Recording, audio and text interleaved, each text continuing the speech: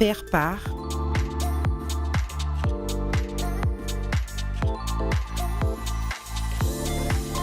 Biocar. Biocar, votre confort, notre priorité.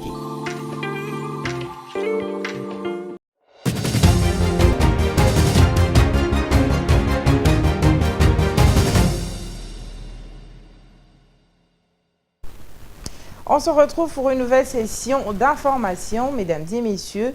Bienvenue dans ce journal sur Mondico Télévision, dont voici les titres.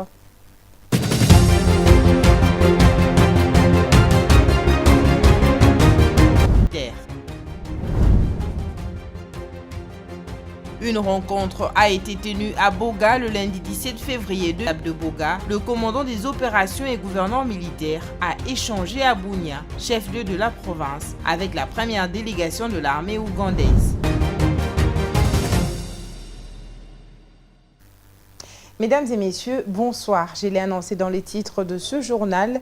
Les vice-premiers ministres, ministre de la Défense nationale, Guy Mwadianvita, est arrivé dans la ville de Kananga, chef-lieu de la province du Kasaï oriental, ce mardi 18 février 2025. Après son arrivée, il s'est dirigé vers les stades de jeunes de Katoka, où il a tenu un meeting devant une foule enthousiaste.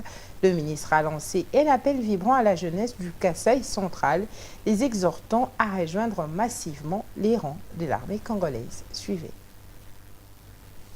Le vice-premier ministre et ministre de la Défense nationale, Guy Kabombo Mwadianvita, a été accueilli en grande pompe à l'aéroport national de Kananga ce mardi 18 février 2025 dans l'après-midi. Après une réception chaleureuse, il s'est dirigé vers le stade de jeunes de Katoka, où il a tenu un meeting devant une foule enthousiaste. Dans son discours, le ministre a lancé un appel vibrant à la jeunesse du Kasaï central, les exhortant à rejoindre massivement les rangs de l'armée congolaise. Guy Kabombo a également promis d'améliorer les conditions de vie des jeunes recrutés, affirmant que leur engagement serait récompensé par des opportunités de formation et des avantages sociaux significatifs. Nous devons créer un environnement où nos jeunes se sentent valorisés et soutenus dans leur choix de servir le pays, a-t-il déclaré. Suite à ce meeting inspirant.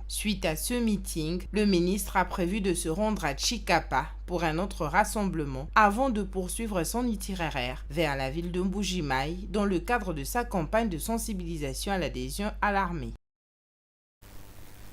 Et suite à la situation sécuritaire qui prévaut dans la partie est de la RDC, une réunion s'est tenue le lundi 17 février 2025 à Boga, en province d'Ituri, entre les forces armées de la République démocratique du Congo, FARDC, et les forces armées ougandaises, UPDF, dans le cadre des opérations conjointes dans la traque des rebelles ADF.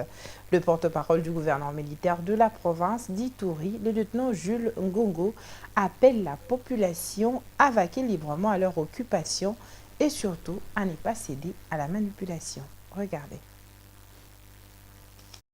Après l'étape des Boga, les commandants des opérations et gouverneurs militaires a échangé à Bunia, chef-lieu de la province de l'Ituri, avec la première délégation de l'armée ougandaise. Il s'agit d'une première qui ouvre une voie à d'autres échanges qui sont programmés pour ce mardi et mercredi 19 février 2025. D'après Gilles Ngongo Tchikoudi, porte-parole de l'armée et communicateur du gouverneur militaire en Ituri, ces échanges visent à coordonner et à harmoniser les actions des forces armées de la République démocratique du Congo et de l'armée ougandaise et a comme but de planifier l'extension des opérations dans d'autres zones. Nous revenons de Boga pour rencontrer l'équipe d'avance qui devrait arriver ici dans le cadre des opérations conjointes. Mais avant d'y arriver, c'est la première réunion que nous venons d'effectuer avec le commandant des opérations militaires en Ituri, le gouverneur militaire. À son côté, il y a eu les commandants 32e région militaire et le commandant secteur opérationnel Ituri, également une délégation de l'armée UPDF. Alors après cette réunion, il y aura une autre réunion demain avec la grande délégation qui est déjà à Boga à ce moment ici. Et après cette réunion, il y aura encore une grande réunion d'harmonisation avec une délégation de Kinshasa et de l'armée ougandaise. À ce moment-là, on va définir les actions menées dans le cadre de la mutualisation de forces entre l'UPDF et les forces armées de la République démocratique du Congo. Pour que nous puissions amener les opérations de manière ordonnée, coordonnée, planifiée, de la conception jusqu'à l'exécution, tout sera organisé, planifié entre le désarmé, c'est-à-dire les forces armées et l'UPDF. Là, nous sommes dans l'officiel. Mais qu'à cela ne tienne tout ce qui peut créer la psychose, et donc nous demandons à la population de rester calme. L'UPDF, ce n'est pas la première fois qu'il soit en Ituri. Alors que le rumeur sur l'arrivée des militaires ougandais circulait sur une probable attaque de la ville de Bunia, c'est après plusieurs tweets sur le compte X du chef d'état-major ougandais, le lieutenant Jules Ngongo affirme que la présence de militaires ougandais s'inscrit dans le cadre des opérations conjointes contre les groupes armés réfractaires du processus de paix. L'arrivée de l'armée ougandaise en ville de Bunia et l'extension des opérations conjointes dans d'autres zones intervient dans un contexte où le territoire de Djougou est déchiré par l'insécurité. S'agissant de prochaine zone d'intervention des forces conjointes FARDC UPDF d'après Bunia, l'armée congolaise rassure que toutes les informations seront relayées d'une manière officielle dans les prochains jours. Et pendant ce temps, après plusieurs semaines d'accalmie, des affrontements ont éclaté dès les premières heures de ce mardi 18 février dans le sud du territoire de Lubero au nord Kivu. C'est dans des sources locales, des tirs d'armes lourdes ont été entendus dans plusieurs localités, notamment à Butsorovia, où les forces armées de la République démocratique du Congo et les résistants au Wazalendo ont lancé une offensive contre les rebelles du 1-23. Suivez. D'après des informations rapportées par Tazama RDC, les forces loyalistes auraient progressé depuis Lubango avant de prendre position à Butsorovia dans le dos du 1-23 retranché à Alimbongo. Cette manœuvre stratégique pourrait marquer un tournant dans la bataille pour le contrôle de cette zone. Outre Butsorovia, des combats ont été signalés sur plusieurs axes, notamment Mambasa Ndoluma, Mambasa Lubango, Mambasa Mutongo, Bingi Mutongo. La violence des affrontements a forcé de nombreux habitants à fuir vers des zones jugées plus sûres, aggravant ainsi la crise humanitaire déjà préoccupante dans cette partie de la province. Ces combats interviennent dans un contexte marqué par des tensions récurrentes entre le FARDC et le 1-23, malgré les appels répétés à la désescalade. La situation reste évolutive et de nouveaux développements sont attendus dans les prochaines heures. Et de son côté, la population de Bukavu, capitale de la province du Sud Kivu, dans la partie est de la République démocratique du Congo, où l'armée rwandaise est entrée le dimanche dernier dans la matinée, restent terrés dans leurs maisons. Les commerces sont restés fermés toute la journée du lundi 17 février. La population redoute une crise économique dans les jours à venir. Les détails dans cet élément.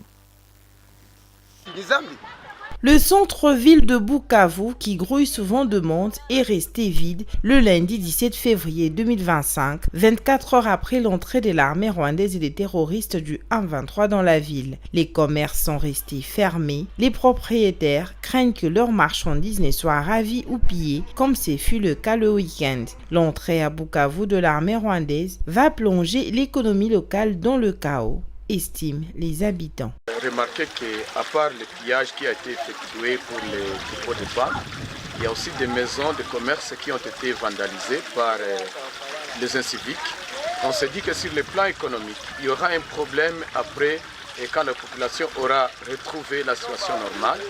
Il y a des gens qui travaillent avec des économies qu'ils ont tirées des banques par des crédits ou des prêts, et des AVEC, c'est-à-dire des associations. Et on se dit que ces gens, lorsqu'ils vont rentrer pour commencer les activités, ils seront dans des difficultés parce qu'économiquement, ils ont été pillés. On se dit que sur le plan économique, la province sera plongée dans une situation telle que nous serons vraiment très bas par rapport à ça. Cependant, malgré l'insécurité et les violations de droits de l'homme que la population subit à cause de cette guerre d'agression rwandaise, nombreux gardent espoir pour qu'une solution soit trouvée. Pour l'instant, la résilience est le maître mot. La situation actuelle est très préoccupante, notamment en ce qui concerne d'abord la situation humanitaire. Aujourd'hui, vous savez que nous sommes pendant la période de turbulence et de guerre et les activités ne fonctionnent plus. Et normalement, vous voyez que les transports en commun, vous voyez même les transports lacustres et partout, tout est bloqué. Et à ce niveau ici, on peut tout simplement dire que et c'est vraiment déplorable. Mais tout ce qu'on peut dire ici, que les sentiments qui nous animent ici, c'est un sentiment d'espoir. Un sentiment d'espoir parce qu'on pense que demain ou après-demain, les activités peuvent reprendre à la normale. Dans un communiqué publié le dimanche 16 février, le gouvernement congolais avait demandé aux habitants de rester chez eux pour éviter d'être pris pour cible par l'armée rwandaise et les rebelles du M23.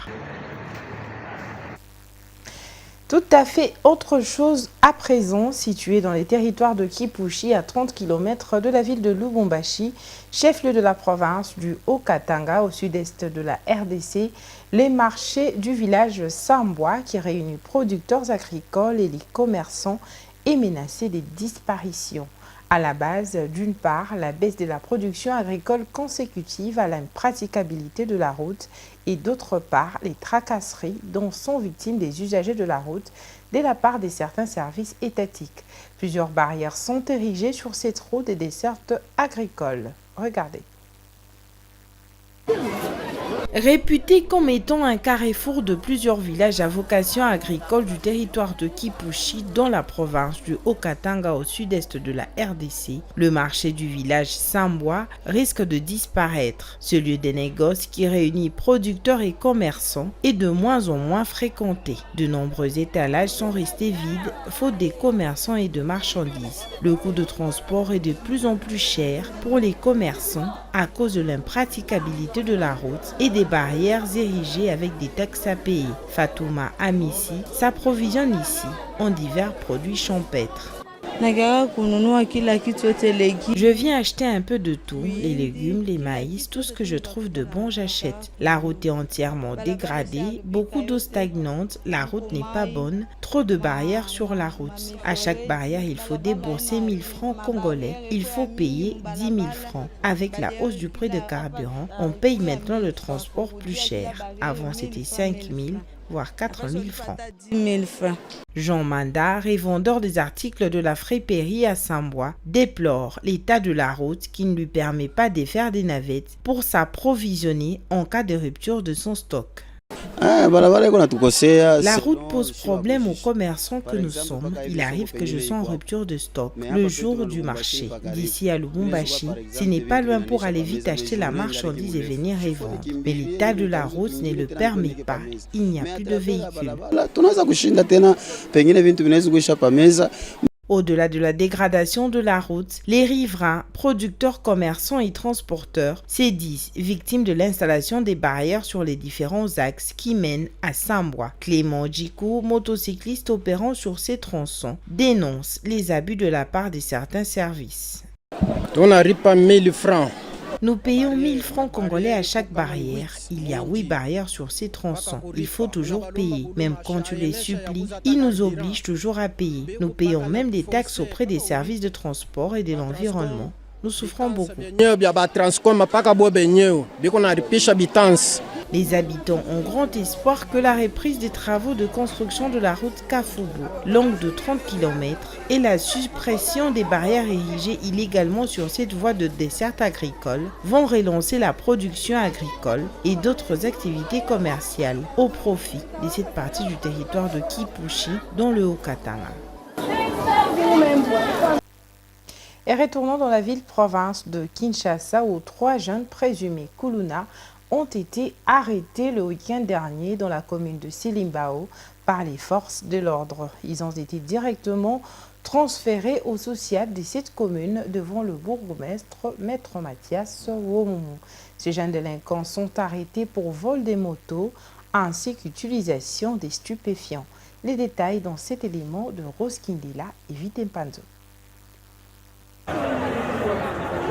Afin de lutter contre l'insécurité dans sa juridiction, le bourgmestre de la commune de Silimbao, Maître Mathias Womumu, avait lancé l'opération Zéro Kuluna. Malgré cette opération, les jeunes communément appelés Kuluna continuent à opérer dans la commune de Silimbao en maltraitant les habitants de ce coin. Le week-end dernier, les forces de l'ordre ont arrêté 3 jeunes présumés Kuluna qui avaient drogué et volé la moto d'un jeune répondant au nom de Julda Matondo. Le bourgmestre Mathias Womumu de son côté a promis aux victimes de retrouver la moto volée et de poursuivre en justice les auteurs de ce vol. Il a en outre mis en garde les jeunes qui continuent à pratiquer ces exactions. Les victimes, quant à elles, demandent aux autorités de renforcer la sécurité dans cette commune et de bien rééduquer les Koulouna, car ces jeunes sont plus nombreux dans différents groupes des malfaiteurs. Ils sont au nombre de 35. J'ai été drogué. Ensuite, ils ont volé ma moto pour commettre des crimes avec. Je souhaite qu'ils remettent ma moto. Merci à toutes les autorités de la commune pour ce grand travail abattu.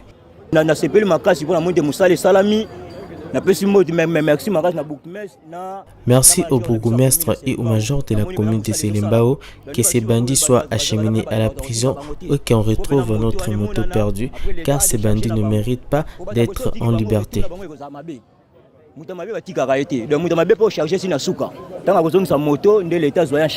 A noter que le bourgmestre de la commune de Selimbao, Mathias Womoumou, collabore directement avec les forces de l'ordre afin de mettre fin à l'insécurité qui bat son plein dans cette commune.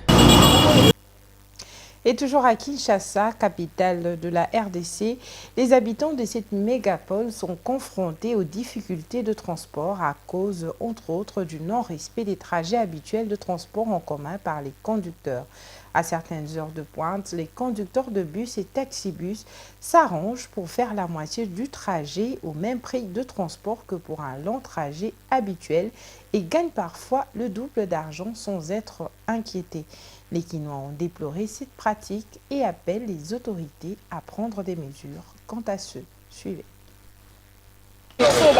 Les Kinois sont nombreux dans les arrêts de bus de Kinshasa chaque matin ou dans les heures d'après-midi à souffrir pour avoir un taxi ou un bus qui va dans la destination finale, surtout lorsqu'il s'agit d'un long trajet. Les conducteurs préfèrent s'arrêter à mi-chemin pour le même prix de transport. C'est le cas de la plupart de bus retrouvés au centre-ville dans la commune de Gombe au nord de Kinshasa. Les habitants trouvés dans les arrêts de bus l'après-midi de ce mardi 18 février 2025, c'est son plat. Certains ne savent pas comment regagner leur domicile à cause de la hausse du prix de transport à travers ce phénomène de demi-terrain. Ils sont obligés d'avoir un peu plus d'argent que prévu pour payer le transport jusqu'à la destination. Papi Doa habite la commune de Ngaliema au quartier Pompage à l'ouest de Kinshasa, mais il est bloqué à Gombe au centre-ville. Chaque jour aux heures de pointe, l'après-midi à partir de 15h30, il doit dépenser 2, 3 ou 4 fois plus que d'habitude. Il a déploré cette situation qui pénalise des employés et petits commerçants.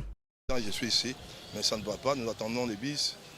Les privés, parce que jusqu'à maintenant, il y a une heure de temps passé. Il n'y a pas moyen, vous voyez, nous sommes tellement nombreux. Nous attendons les bus. Ces derniers temps, nous vivons avec les demi-terrains. Surtout les heures de pointe, ça nous semble toujours difficile. On pourrait avoir, au lieu d'avoir un seul bus, moi je vais quitter ici pour aller au niveau des pompages, à Pompage. Mais je pourrais même prendre 3 ou 4 bis. C'est ça qui ne nous arrange pas, vu ce que nous gagnons mensuellement. Donc ça, nous dépensons beaucoup d'argent.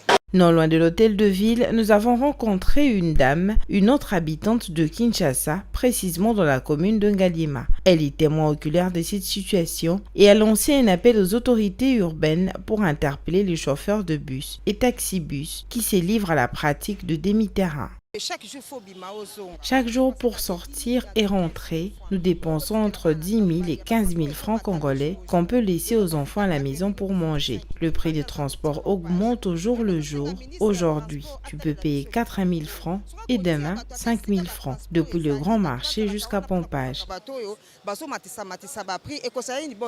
Ce chauffeur, quant à lui, justifie le phénomène des mi-terrains par le mauvais état de route et les embouteillages qui sont devenus fréquents dans la capitale. Faire le demi-terrain n'est pas un problème des chauffeurs, c'est plutôt un problème de l'état des routes.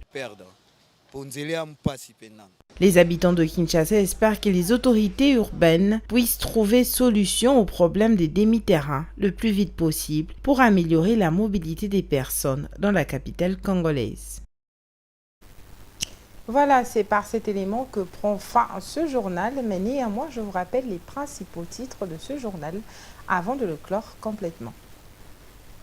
La Défense nationale, Guy Mouadian Vita, a appelé la jeunesse de ce coin à s'engager massivement dans l'armée pour faire face aux défis sécuritaires. Une rencontre a été tenue à Boga le lundi 17 février 2025. Dans l'étape de Boga, le commandant des opérations et gouverneur militaire a échangé à Bunia, chef-lieu de la province, avec la première délégation de l'armée ougandaise.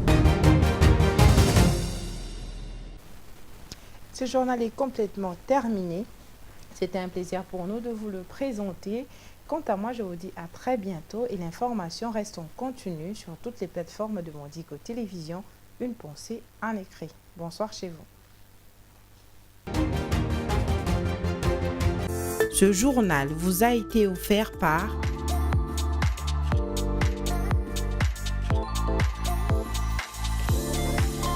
Biocar. Biocar, votre confort, notre priorité.